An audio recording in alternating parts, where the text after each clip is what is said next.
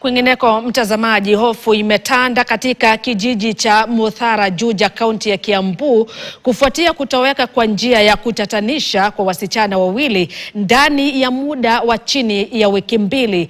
Nelias Muthoni mwenye umri wa miaka 12 na Lucy Wathithi mwenye umri wa miaka 16 walipotea Disemba 24 na Januari 4 mtawalia, huku familia zikisema juhudi za kuwatafuta hadi sasa hazijafanikiwa. Familia hizo mbili sasa zinatoa wito kwa vyombo vya usalama na serikali kuingilia kati na kusaidia kuwarejesha wasichana hao nyumbani wakiwa salama. Hii hapa taarifa iliyoandaliwa na Wanjiko Wanjiru na kutiwa sauti na Vera Mura.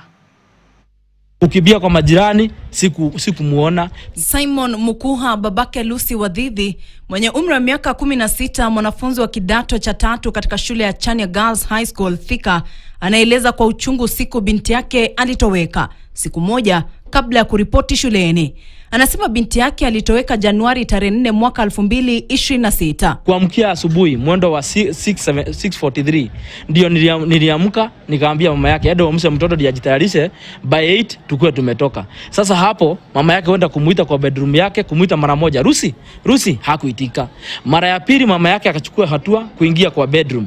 Akatoka akaona mlango imefunguliwa, kutoka nje kumwangalia hakumuona, ndio akarudi kuniambia sioni mtoto. Mita chache kutoka nyumbani kwao ni familia ya Nelias Muthoni mwenye umri wa miaka 12, mwanafunzi wa darasa la 6 katika shule ya Muthara Primary, ambaye pia alitoweka Disemba tarehe 24 mwaka jana saa 1 asubuhi. Familia inasema Muthoni alikuwa akijiandaa kuingia darasa la 6 kabla ya kutoweka kwake. Lakini alipotumwa kwa duka alienda na akanunua, na mtoto waka obedience. Alienda na akanunua na akarudi, lakini hakufika nyumbani. Familia hizo mbili zinaeleza namna walivyofanya msako mkali vijijini na katika miji ya karibu kwa zaidi ya wiki mbili, lakini juhudi hizo hazijazaa matunda. Na kutoka hiyo siku Monday asubuhi hadi saa hii sijapata mtoto. Na kwa sababu tunashindwa, hii mkono ya serikali na inasemekana ni refu.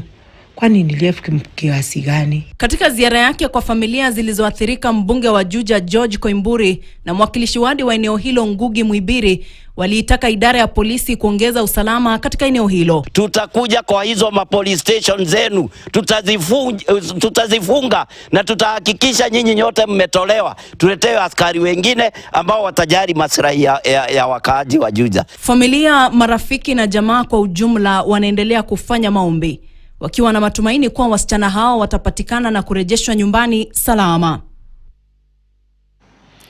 Ni matumaini yetu kwamba hawa